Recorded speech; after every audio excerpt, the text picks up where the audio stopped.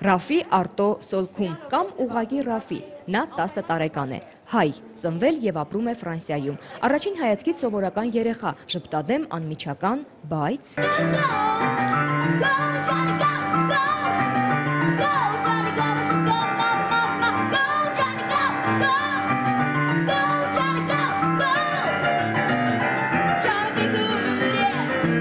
Ռաֆին ընտանիքի հետ հաճախ է այցելում Հայաստան, այս անգամ եկել է ոչ թե շրջելու իր պապերի երկրում, այլ ներկայանալու որպես երաժիշտ։ Իսկ Հայաստանը սիրում ես? Այո, շատ աղջիկներն շատավոր են, գերագուրը շատավոր է։ Ռաֆիի ընտանիքի հետ մոտ իվենց հայ-ֆրանսիական ընկերությունը պայմանագիր է կնքել և դարձել տղայի պրոդյուսերը Հայաստանում, Ռուսաստանում և Վրաստանում։ Ռաֆին այնտեղ նմանատիպ իմ տաղանդավոր ընտանիքը նմանատիպ նախագծի շրջանակներում ելույթ է ունեցել ֆրանսիական հեռուստատեսությամբ և դարձել է բավականին հայտնի։ Այսօր նա հայտնի է, այսօր նա մեծ բեմերի վրա համերգների հրավերներ ունի, նա համերգներ է տալիս ոչ միայն Ֆրանսիայում, այլև Ֆրանսիայից դուրս, և հետևաբար մենք շահագրգռված էինք, որպեսզի երեխան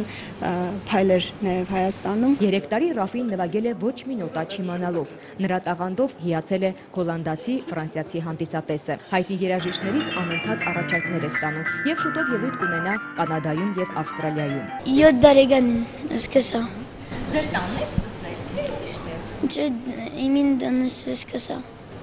Սկզբում ինչ ես նվագել։ Rock and roll նվագեցի մինագս, անգանչով և աչքերով։ Համերգներից մեկի ժամանակ Ֆրանսիայի կոնսերվատորիայի պրոֆեսորն առաջարկում է տղային ուսանող դառնալ։ Հիմա ժողովուրդը իրեն կճանչնա, որպեսզի rock and roll գչերը, բայց Ռաֆին շատ լավ, շատ հաջողեցավ կլասիկ մյուզիկի մեջ և նոտաներում էլ շատ հաջողեցավ։ Այսինքն ամենափոքր ուսանող է ինքն արդեն։ Ռաֆին ընդունվեցավ, այո, իրեն չափսին երեխեք, որպեսզի որ քնություն են տալիս կոնսերվատորի մեջ,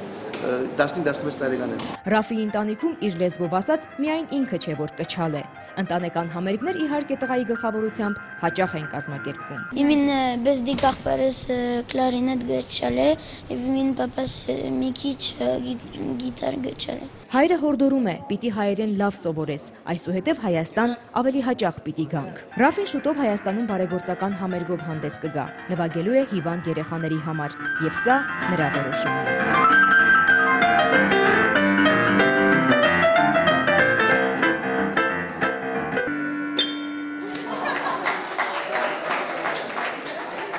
Նաիրա Փայտյան, Հայկ Զեյնալյան, Լրաբեր։